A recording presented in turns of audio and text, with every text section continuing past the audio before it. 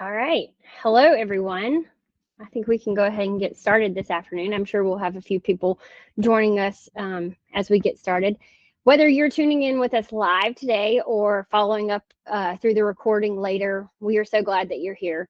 My name is Keri Hodnett, and I am joined today by Lauren Meneau, Director of Customer Service for Garrison Trucking. For those who I have not met before, I serve as QUD's Director of Customer Success, which means that I get to work with awesome customers like Lauren and Ari Garrison all day, every day. Lauren, I feel like I should have drove up to Cullman. We're not too far apart there, so We're so we've glad. done this in person. Yeah. But for those who have heard of QUD, maybe you're still a little unsure about what it is we do. We specialize in automating that really old, antiquated process of appointment scheduling. We like to say we ensure that your teams can do more with less clicks and hopefully give them some time back in their day. So I'm going to talk with Lauren today about their recent implementation of QUD, and we're going to cover everything from how we got that project started, what the training looked like, some of the benefits that you guys have seen. And Lauren, hopefully you can kind of give the listeners an idea about just how much time your teams have saved with the integration. But before we get started, I'm going to let you introduce yourself and maybe give us some background information on Ari Garrison. Yeah, absolutely. My name is Lauren Meneau.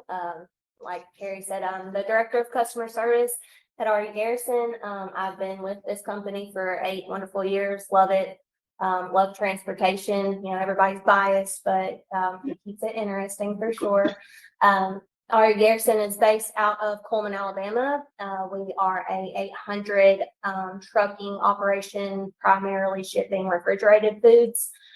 We also have offices in Florida, Georgia, Oklahoma. So, we're kind of spread across the country. We also have a very large logistics division as well. So, that's a little bit about the company, and yeah. Awesome. All right. So, I was talking with Tom about kind of the outline and format of how we wanted to structure our call. And he was like, well, if you need some stuff to get you started. And I was like, do you really think me and Lauren are going to need some things to get us started? We got a lot to talk about. But I thought it would be fun to kind of piggyback off of his last webinar and throw out some of those rapid fire questions. You guys went live with us back in March. And, we get a lot of questions every single day from people about the appointment scheduling process. And so let's start off with some rapid fire, and then we'll jump into kind of the meat and potatoes of what everyone's here for. All right. I wish I had a timer to put on the clock, but is appointment automation real? I didn't think it was until at the beginning of the year or so, but yeah, it is real. Is it hard to do? No, not at all. It's very simple. Took our time, from 6, 7 steps down to 1, 2 steps. So we're very put a pin in that. That's a good one for us to come back to. Was it hard to get your team to use it? No, I think you've got to have a very strong change implementation process with your company, because one is transportation, always changing. But two, we always have a very good structure around change. So that's definitely a very big part of the process. So did your tech team have to do a lot in order to get this integration up and going?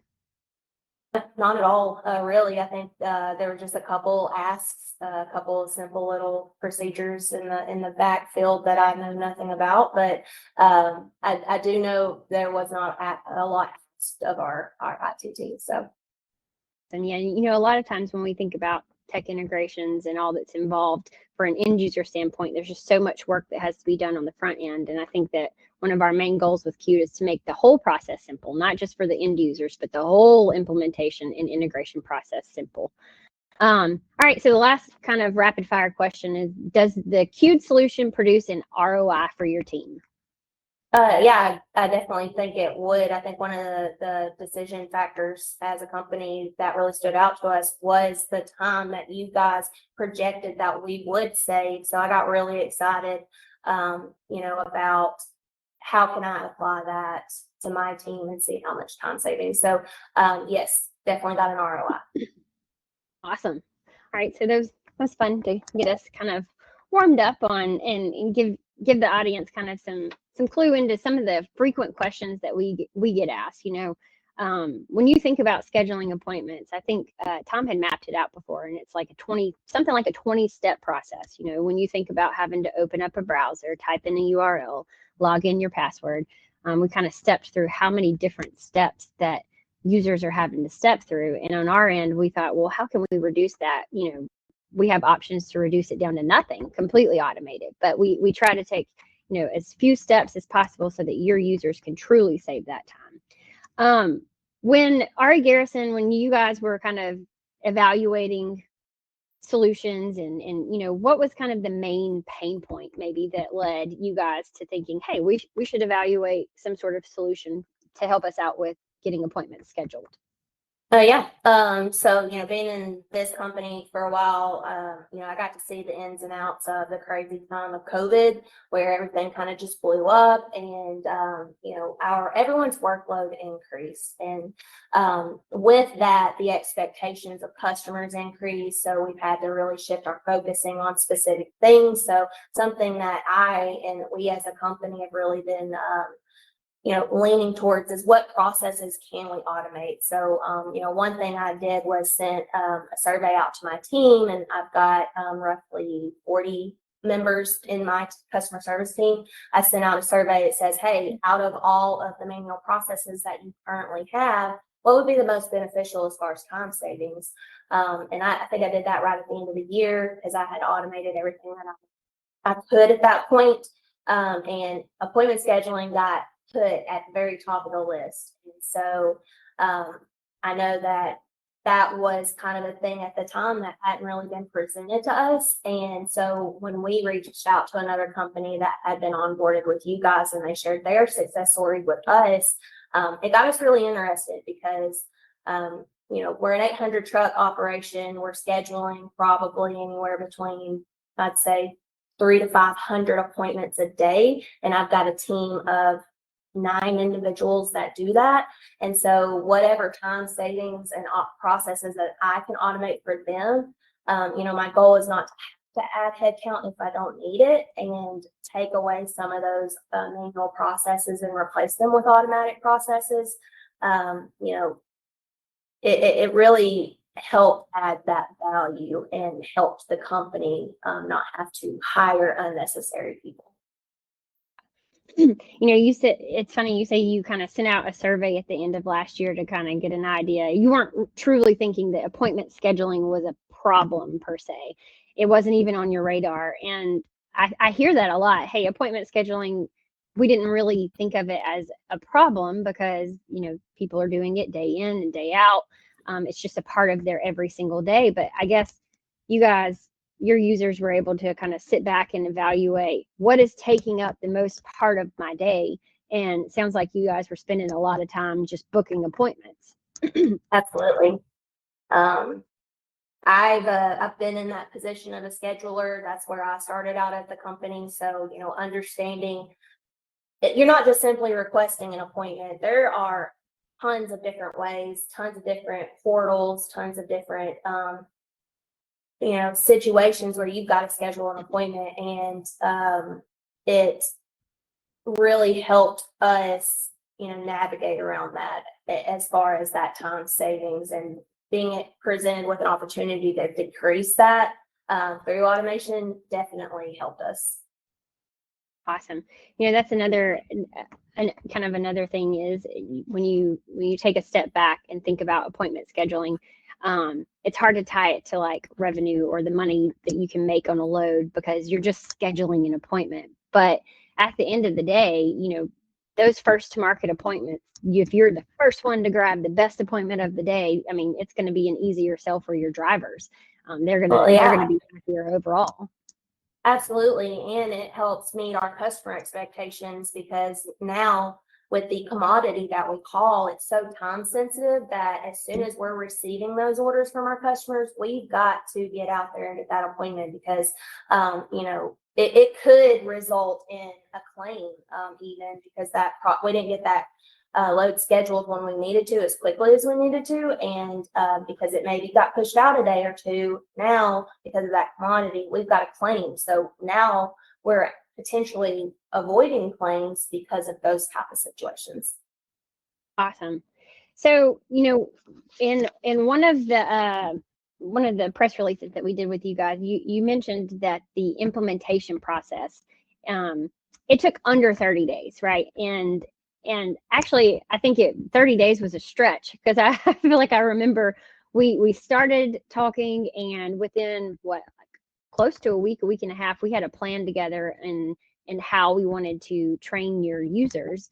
What do you think was the primary reason for such we'll call it a frictionless implementation?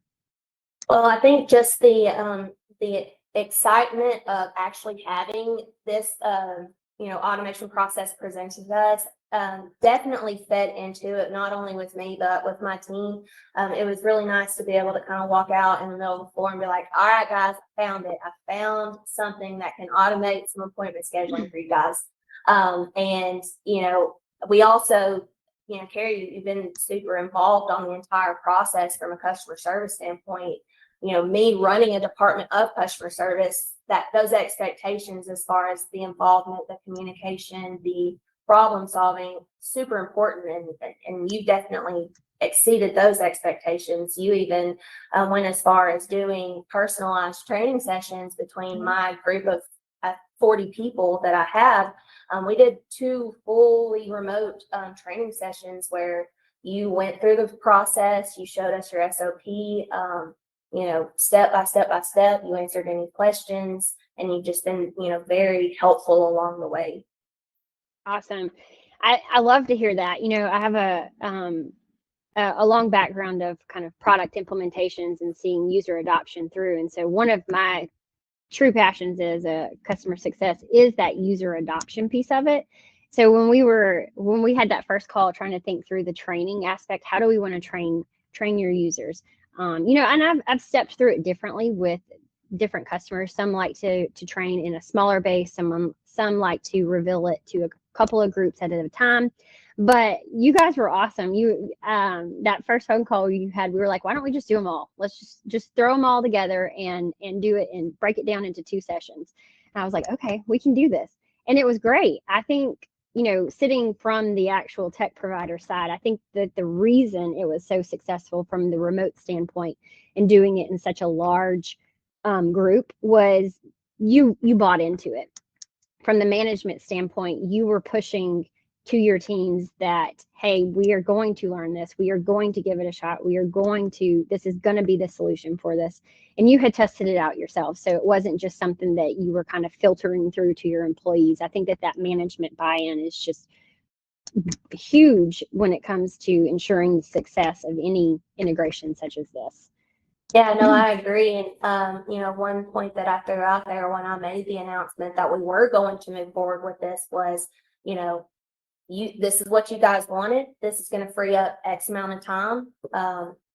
Think about all those other manual processes that we haven't been able to automate, the ones that you're struggling on, the ones that you're, struggling to keep up on. Now you've got time to do that. So that was definitely a big part of the buy-in, and me just being semi-micromanaging and implementing, new practices. I like to understand the product myself first.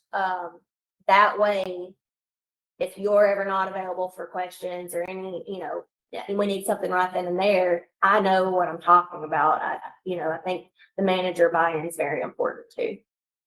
That brings up a good point. We sat in the training together first. Like we talked through what the process looked like, what your users were going to experience, and then we kind of brought your teams in. So you kind of knew ahead of time what they were getting themselves into, if you will. And another thing I think that was so instrumental is during this whole integration process, we really didn't ask your teams to do anything differently than they're already doing today. Can you speak to kind of some of that? Yeah, absolutely. So, we're a company that runs on the cloud. So, if anyone listening is running on the cloud, there is an appointment scheduler within the cloud. And the cool thing about that is you can, kind of keep yourself accountable as far as updating these little appointment statuses, say requested, this, that, and the other. We had already implemented that. Because when I was in that position, I was wasting Lord knows how many trees just to print off load tenders and write information on a load tender. That was another change management implementation. Hey, let's stop being wasteful and let's use a program that's already there for us. That was another selling point as well, is the fact that you can integrate with the cloud. It's sometimes very hard to get things to integrate with McLeod. And so I think that was definitely a selling point as well. And to use something that we were already using really helped with that implementation process. That you guys already had that kind of set up, that structure set up to where you were working with some sort of appointment scheduling workflow. And we talked with your team to get an idea about how things were flowing. So then when it came to training, it was just really a matter of understanding what it is they needed to be aware of and what statuses to use. And there was hardly any change to their current processes at all. So, once we got everyone trained up, it was, I don't know, the very next day we started mapping things and we were like, all right, we're ready. Let's kick it off. Let's go. And you guys picked it up. I mean, I think as soon as I gave that green flag, let's give it a go, you guys started submitting appointment requests left and right, not just from one person, but it was multiple people. What was one of the most surprising benefits that you guys experienced post implementation? So definitely post implementation, you guys provided an ROI for us as far as like, hey, we can save you potentially this much time. That is something that I have already been calculating as a company through the processes that we've automated so far. And so, I kind of asked my team, well, how long would it normally take you to log into a portal, plug in PO numbers, fill in all of the information? And we kind of came to the conclusion that, on average, it probably takes about 5 to 7 minutes to do that. Well, Q'd, you don't have to worry about a login. You don't have to worry about plugging in any POs. Good data in equals good data out. So there are going to be some implementation changes as far as where you may put information into your TMS, but like we had already, been doing that. And so calculating that ROI, we've only been live since March. And for the first month, we only used one portal at one location. But since then, I think we've gotten about a third of the portals implemented. And I know that we've had over 5,000 confirmed appointments with Q'd. And so that's equaling to about 83 hours we've saved on appointment scheduling, which is huge. I mean, that's a whole person. That's multiple people. Yeah. But and then two, I know that Q'd's confirming more than 100 appointments a day, and we're only a third through the process. So, we're scheduling anywhere between 300 to 500 loads a day. So once we start getting and hitting that halfway point and really getting the rest of the stuff, I'm so excited to see what that looks like. I have to say, you guys have been one of my favorite implementations to work with because of just how much excitement you throw into like the integration and the partnership. We said, all right, let's start with the one. And we started with the one. And a lot of times people can be slow to adopt. And, if you start with one, there may be some volume there, but it's not something that's part of your teams every single day. It's like only if it's this. Well, you guys did the one. We started with a group of people. They were like, let's go. We love it. And then it was wide open. We started taking a look at all the rest of your volume and evaluating which scheduling. Yes, you did. You did. But I want very reward. We want more. And it's been very quick to get things onboarded from there. I absolutely love coming in the mornings and seeing a Teams message from Lauren that says, hey, we're ready for the next scheduling system. I'm like, okay, let's go. Maybe we can talk through, onboarding those new scheduling systems. It is quick. It doesn't take us a lot of time to say, you're ready for the next one. We're up and going within, I don't know, sometimes a day. It just depends on kind of the technicalities involved with that particular scheduling system. But would you say it's pretty quick and painless? Pretty quick. I know in our past discussions where we would start talking about what's next, you would be like, "Oh, well, I'm ready to do these three," and I'm like, "Well, bring them on. We'll do them all at once." Like, Yeah. and then from there, communication down. All right, team. I had assigned and still have assigned some top schedulers who have taken over what I started, and they're meeting with Keri now, saying, "All right, what's the next thing? What's the next thing?" Mm-hmm. And so yeah, it's been very quick to get a lot of those on there. And if anybody out there has that one portal that they either hate or they've got a lot of volume to schedule, it's been so detrimental as far as that time savings and taking that complication out. So yeah, no, it's been good. We don't like to start with the easiest. We like to start with the most complicated. That's how you get that. Yeah, that's how you get that end user buy-in. Okay, it is real. If they can handle this, then I know that they've got the easy ones. They've got the XYZs. So you guys saw pretty immediate ROI benefits just from time saving, and how many appointments by volume you guys have scheduled just since March. You threw that number out there at me yesterday, and I was kind of blown away. I mean, I know I can see how much y'all are scheduling, but when you truly quantify it, it does equal so much time back for your users. Did you have any pushback or any like concerns that maybe this automation is taking someone's role every day, or how did you guys work with your teams to implement that? Well, it's all about transparency. And when I brought this to my team, one, sent the surveys out, so they knew that this was something that they wanted.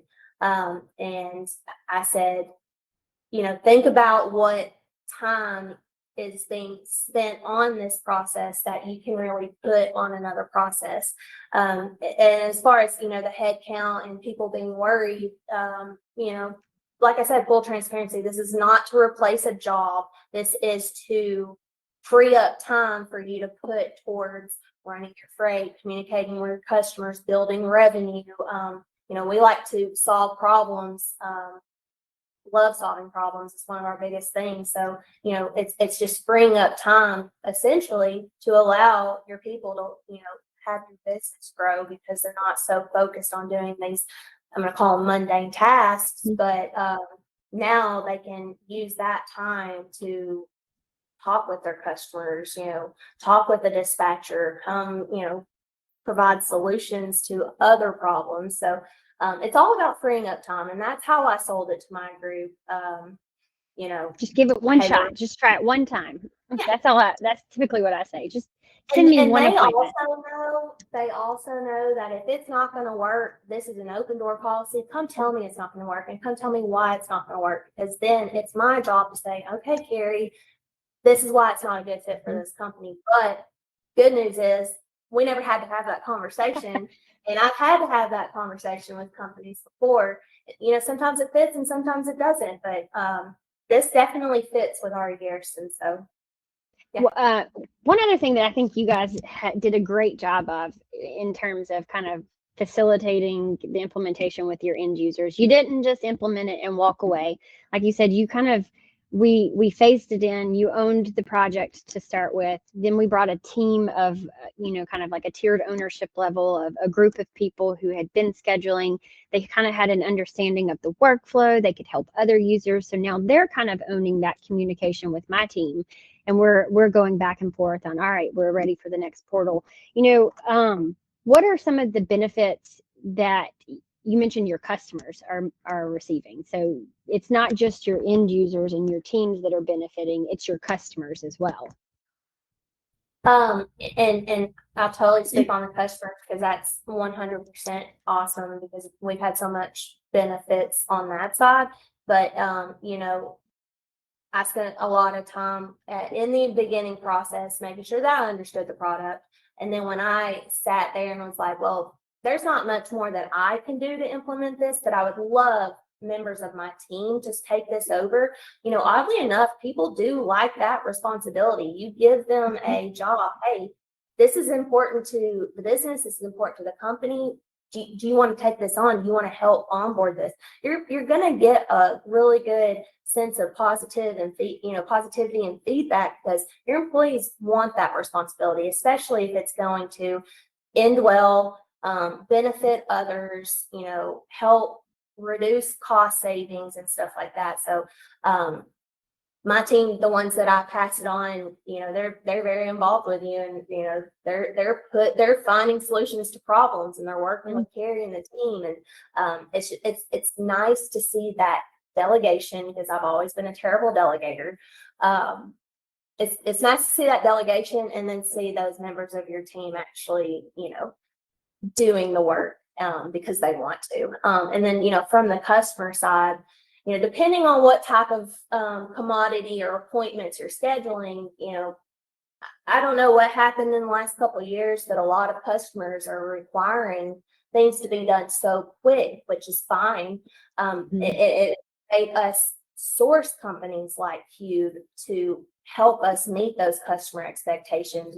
We're receiving 200 load tenders in a matter of hours, and are expected to have those 200 load tenders at least requested that same day because of the time sensitivity of product. And I think that can probably be applied across the board, regardless of what commodity is being hauled or what type of appointments are being scheduled. But it's the fact that at the end of the day, if one of my people are out of the office and, I'm down a scheduler, it's nothing for another scheduler to sit through a list of queued available appointments and sit there and fire them off. They don't have to know anything about the portal. They really don't have to know anything about that customer, but the work's not getting missed because the process is there.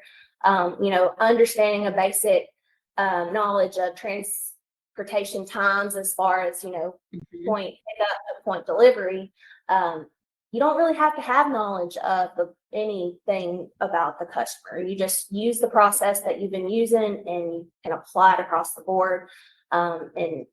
Customer expectations are only going to get more demanding, and we've definitely been able to kind of find our niche as far as this appointment scheduling goes, and really been able to, I think, take our average time it would typically take us to request an appointment from like 30 hours down to, I think, like 12, 13 hours, and it's just dropping. We're getting so used to, instead of going to a portal, just schedule it right there in front of you. You're having to use less screens. Some portals cost money these days, so you're got cost savings on that end. And yeah, you're not missing things now. So, one thing that we haven't touched on, and you mentioned it, and I thought I need to remember to talk about that. We have a lot of people that are like, oh, I have a customer that is just, they got a lot of requirements. I need to do this and I need to do this. We sat down with your team and a couple of your users who came to you afterwards. And I'll come back to the survey, because you sent a post-implementation survey also that I want to touch on. But from some of that survey, some of your users were like, I wish it could send this instead of this. And I was like, wait a second, it can. We sat down with your users, and if you have a customer that maybe doesn't follow that normal process, we sat down to figure out, what do you need us to do? Do you need to send it this way? Remove a dash? Do we need to send it at 8 a.m. versus 3 p.m.? Or, we just kind of sat down and talked through those anomalies that maybe would break a normal appointment scheduling process. Because we're so focused on being able to do all of your appointment scheduling, not just the easy pieces of it. So I hope that your users have also kind of seen that. Don't shy away from starting scheduling with a customer with Qt because they're complicated or they have complicated requirements. No, I've definitely, I've encouraged my people that, regardless if it's an easy portal that you can just go in and plug in 2 seconds and be done, fire it off to Qt, because you may be able to do that portal in 2 seconds, but somebody brand new is not going to be able to figure that portal out in 2 seconds. So you're helping another individual, because if you fire it off and it pops back an issue, Q's going to tell us why it's an issue, whether that's you don't have it mapped correctly or you're missing a PO. It's going to tell us.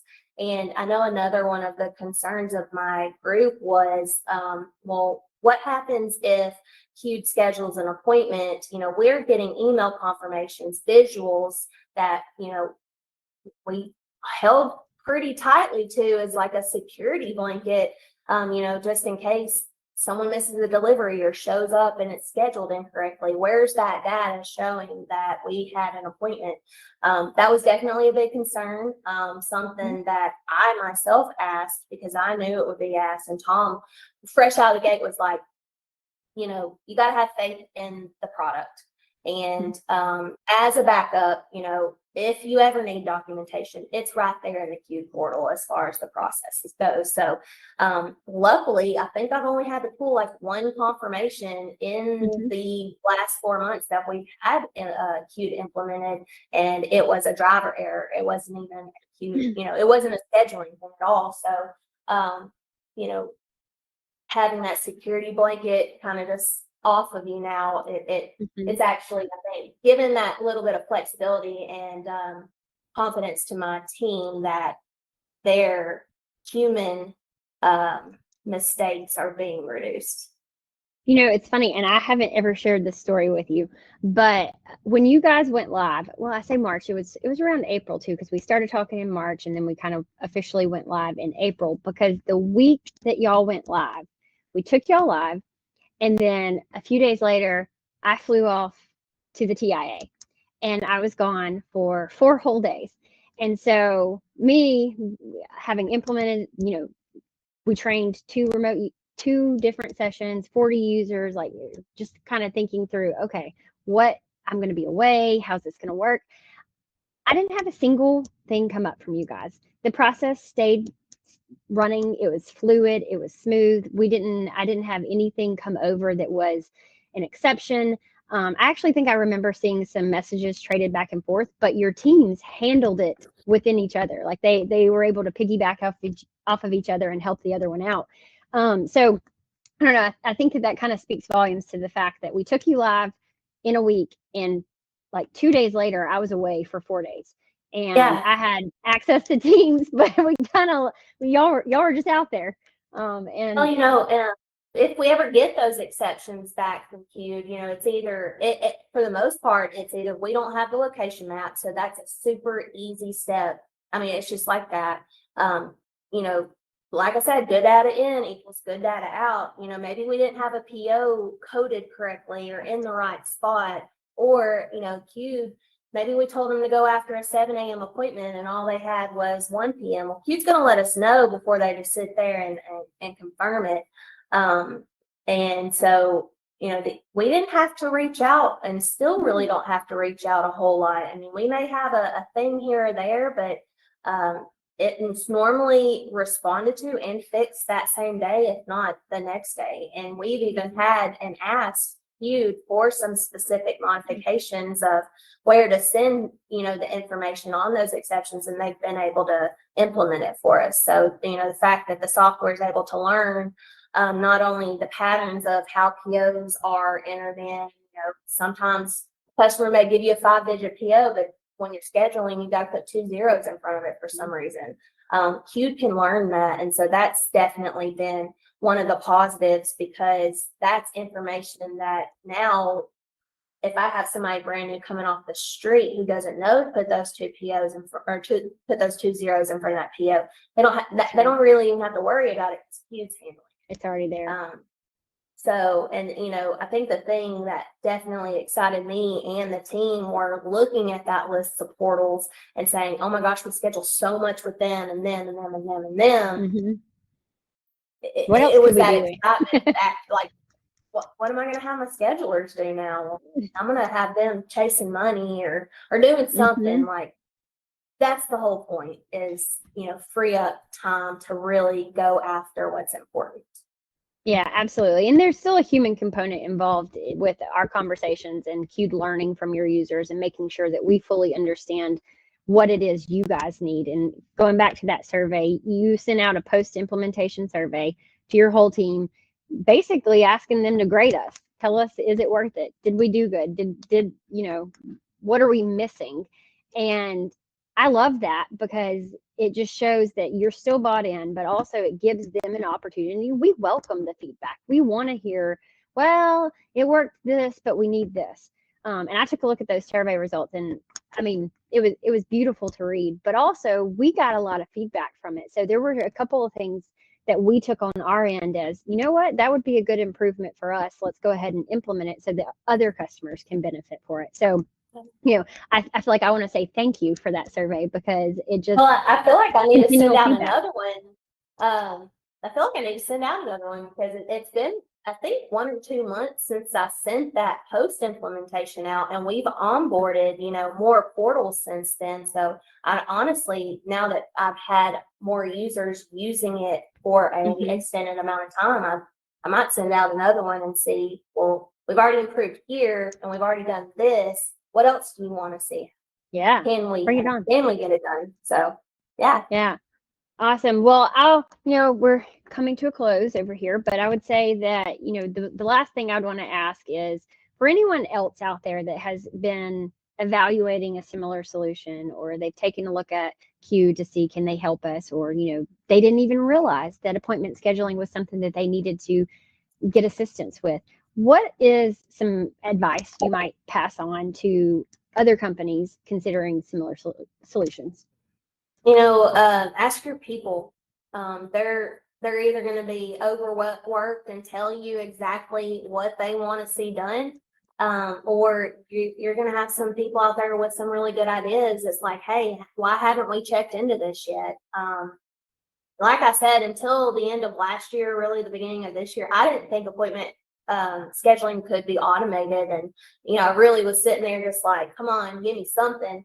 And so I think definitely starting out, asking your people, what do you want? What can we do to make your job easier? Because like I said, it's transportation. This is not an easy business. It's very stressful. It's very time sensitive.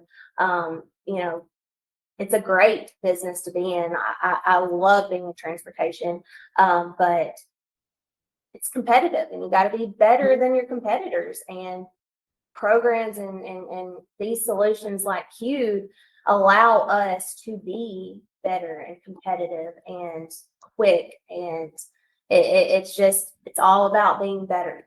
And that's what we're really striving for. But ask your people because you may not see what needs to be done, but they're definitely going to tell you what needs to be done. Awesome. Thank you so much for joining me today. I mean, I love customer success, and customer success stories are my passion and Q's passion. We love hearing, just how easy the process was, the implementation, the benefits that you guys have seen. But also, it's truly been a great partnership to get to know your team and see how, what we can do for them. So if anyone else tuning in would like to learn more about what Q can do for appointment scheduling, please feel free to send us a message. We would love to talk to you. And Lauren, I'm sure I will talk to you at some other point today. Yeah, absolutely. And if there's anybody out there that wants, some carrier side of things, I've had one company reach out. I don't mind being candid with you at all, and tell you exactly how Q's helped us. And I don't mind sharing specific numbers and stuff like that. So yeah, I'm telling you, it can really help you guys out. Awesome. Thank you so much, Lauren. Thank you.